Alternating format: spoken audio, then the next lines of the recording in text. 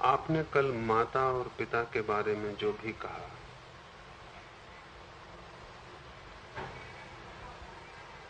वो बहुत प्रिय था। माता पिता बच्चों को प्रेम देते हैं, लेकिन बच्चे माँ पिता को प्रेम क्यों नहीं दे पाते हैं?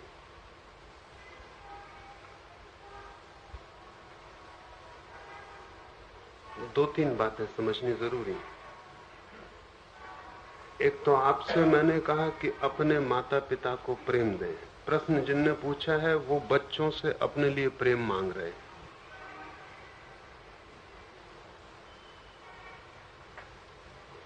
वहीं भूल हो गई। सभी माँ बाप बच्चों से प्रेम मांगते हैं। आपके माँ बाप ने भी आपसे मांगा होगा और आप नहीं दे पाए। आप भी अपने बच्चों से मांग रहे हैं और प्रेम पाने की संभावना बहुत कम है। आपके बच्चे भी अपने बच्चों से मांगेंगे। जो मैंने कहा था वो कहा था बच्चों के लिए, माँ बाप को प्रेम देने के लिए। माँ बाप बच्चों से प्रेम मांगे इसके लिए नहीं। और प्रेम कभी मांग के मिलता नहीं, और मांग के मिल भी जाए तो उसका कोई मूल्य नहीं। जहां मांग पैदा होती है वहीं प्रेम मर जाता है। दूसरी बात, माँ बाप का प्रेम बच्चे के प्रति स्वाभाविक, सहज, प्राकृतिक है। जैसे नदी नीचे की तरफ बहती है, ऐसा प्रेम भी नीचे की तरफ बहता है। बच्चे का प्रेम माँ बाप के प्रति बड़ी अस्वाभाविक, बड़ी साधनागत घटना है। वो जैसे पानी को ऊपर चढ़ाना हो। तो गुरजीएफ का जो सूत्र था वो ये था कि जो लोग अपने माँ बाप को प्रेम दे पाते हैं उन्हें ही मैं मनुष्य कहता हूं, क्योंकि अति कठिन बात है। सभी माँ बाप अपने बच्चों को प्रेम देते हैं, वो सहज बात है। उसके लिए मनुष्य होना भी जरूरी नहीं, पशु भी उतना करते हैं। माँ बाप से बच्चे की तरफ प्रेम का बहना नदी का नीचे उतरना है। बच्चे माँ बाप को प्रेम दें तो ऊर्ध्व गमन शुरू हुआ। अति कठिन बात है। माँ बाप सोचते हैं हम इतना प्रेम बच्चों को देते हैं, बच्चों से हमें प्रेम क्यों नहीं मिलता।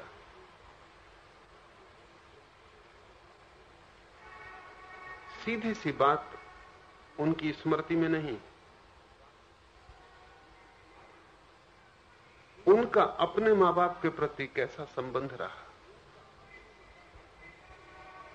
और अगर आप अपने माँ बाप को प्रेम नहीं दे पाए तो आपके बच्चे भी कैसे दे पाएंगे। और जैसा आप अपने बच्चों को दे रहे हैं, आपके बच्चे भी उनके बच्चों को देंगे। आपको क्यों देंगे?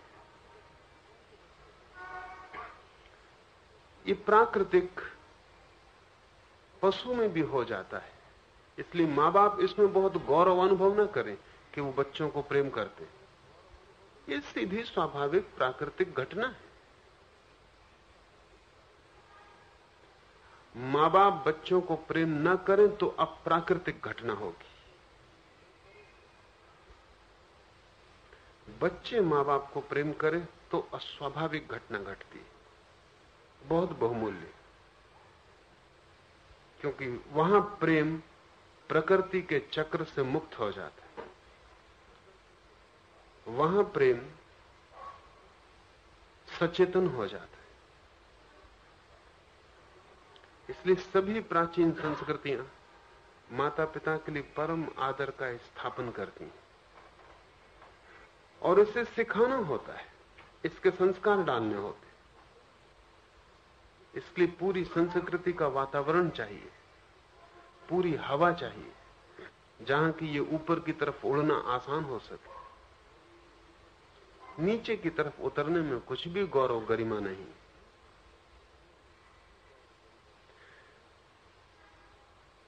कठिन और भी है। जब एक बच्चा पैदा होता है तो बच्चा तो निर्दोष होता है, सरल होता है, और बड़ी बात है वही उसका गुण है जिसकी वजह से आपका प्रेम उसकी तरफ बहता है। असहाय होता है, हेल्पलेस होता है। असहाय को प्रेम देने में आपके अहंकार को बड़ी तृप्ति मिलती है। असहाय को बड़ा करने में आपको बड़ा रस आता है। फिर बच्चा निर्दोष होता है, उसको घृणा करने का तो कोई उपाय भी नहीं। उस पर कठोर होने में आपको मूढ़ता मालूम पड़ेगी। पर जैसे जैसे बच्चा बड़ा होता है वैसे वैसे आपका प्रेम सूखने लगता है, वैसे वैसे आप कठोर होने लगते हैं। जैसे जैसे बच्चा अपने पैरों पर खड़े होने लगता है वैसे वैसे आप और बच्चे के बीच खाई बढ़ने लगती, क्योंकि अब बच्चा असहाय नहीं और अब बच्चे का भी अहंकार पैदा हो रहा है। अब बच्चा भी संघर्ष करेगा, प्रतिरोध करेगा, बगावत करेगा, लड़ेगा। अब उसकी जिद और उसका हट पैदा हो रहा है, उससे आपके अहंकार को चोट पहुंचना शुरू होगी। नवजात बच्चे को प्रेम करना बड़ा सरल है,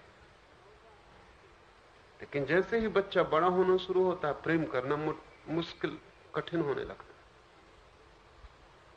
ठीक इससे उल्टी बात ख्याल में रखें कि बच्चे के लिए आपको प्रेम करना बहुत कठिन है, घृणा करना सरल है, क्योंकि आप शक्तिशाली हैं और निर्बल हमेशा शक्तिशाली को घृणा करेगा।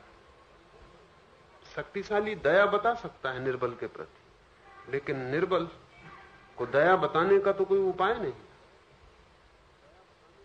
निर्बल शक्तिशाली को घृणा करेगा।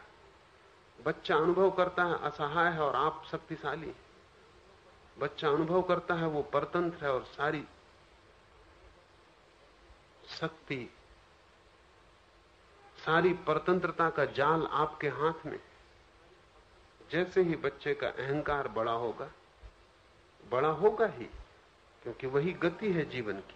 जैसे ही बच्चा सजग होगा और समझेगा मैं हूं, वैसे ही आपके साथ संघर्ष शुरू होगा। आप चाहेंगे आज्ञा माने और बच्चा चाहेगा कि आज्ञा तोड़े, क्योंकि आज्ञा मनवाने में आपके अहंकार की तृप्ति है और आज्ञा तोड़ने में उसके अहंकार की तृप्ति है। और बच्चे के मन में आपके लिए घृणा होगी और आपका प्रेम सिर्फ जालसाजी मालूम होगी, क्योंकि प्रेम के नाम पर आप बच्चे का शोषण कर रहे हैं, ऐसा बच्चे को प्रतीत होगा। और 100 में 90 मौके पर बच्चा गलती में भी नहीं है, प्रेम के नाम पर यही हो रहा है। ये सारी घृणा बच्चे में इकट्ठी होगी। अगर बच्चा लड़का है तो पिता के प्रति घृणा इकट्ठी होगी, अगर लड़की है तो मां के प्रति घृणा इकट्ठी होगी। कोई बेटा अपने बाप को आदर नहीं कर पाता, आदर करना पड़ता है, मजबूरी है, लेकिन भीतर से बगावत करना चाहता। कोई लड़की अपने मां को प्रेम नहीं कर पाती, दिखलाती है, वो शिष्टाचार है, लेकिन भीतर ईर्ष्या, जलन और संघर्ष। इसलिए गुरजेफ की बात मूल्यवान है कि जो व्यक्ति अपने मां बाप को प्रेम कर पाए उसे ही मैं मनुष्य कहता हूं, क्योंकि बड़ी कठिन यात्रा है।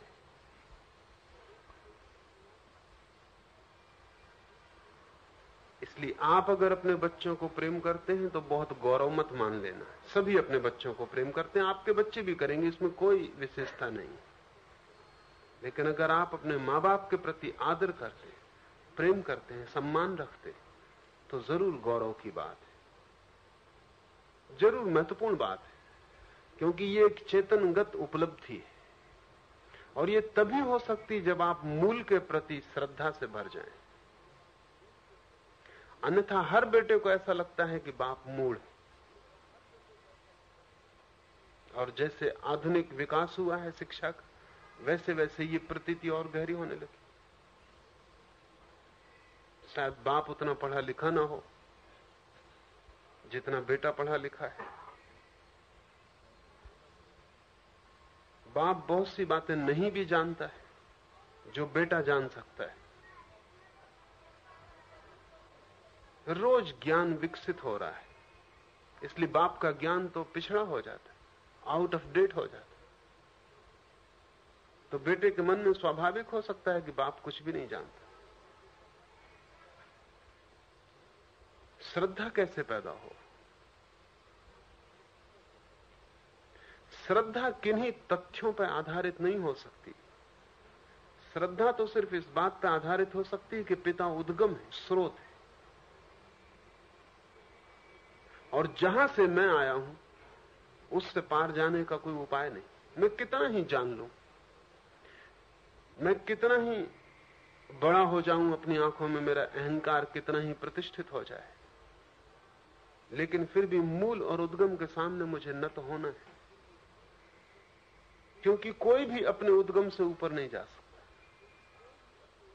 कोई वृक्ष अपने बीज से ज्यादा नहीं होता, हो भी नहीं सकता। बीज में पूरा वृक्ष छिपा है।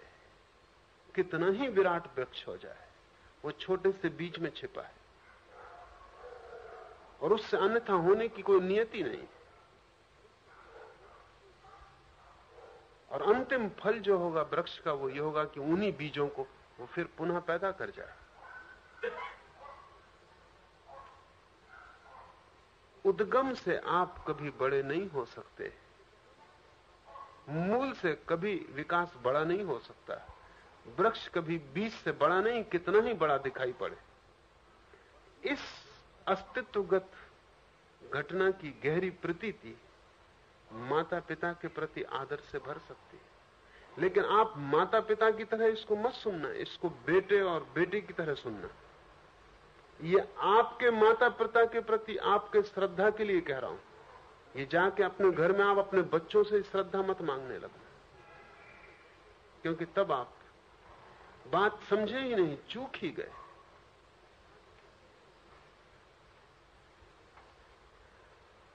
और जिस समाज में भी माता पिता के प्रति श्रद्धा कम हो जाएगी, उस समाज में ईश्वर का भाव खो जाता है, क्योंकि ईश्वर आदि उद्गम है, वो परम स्रोत है। अगर आप अपने बाप से आगे चले गए हैं 30 साल में, आपके बाप के बीच अगर 30 साल की उम्र का फासला है, आप इतने आगे चले गए बाप से, तो परम पिता से, परमेश्वर से तो आप बहुत आगे चले गए होंगे। अरबों खरबों वर्ष का फासला है। अगर परमात्मा मिल जाए तो वो बिल्कुल महाजड़, महामूढ़ मालूम पड़ेगा, जब पिता ही मूढ़ मालूम पड़ता है। अगर परमात्मा से आपका मिलन हो तो वो तो आपको मनुष्य भी मालूम नहीं पड़ेगा।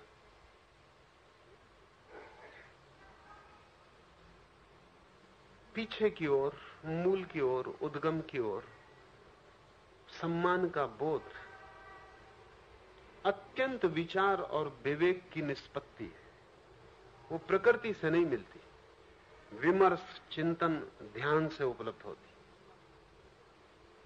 पर ध्यान रखना, जो भी मैं कह रहा हूं वो आपसे बेटे और बेटियों की तरह कह रहा हूं, पिता और माता की तरह नहीं।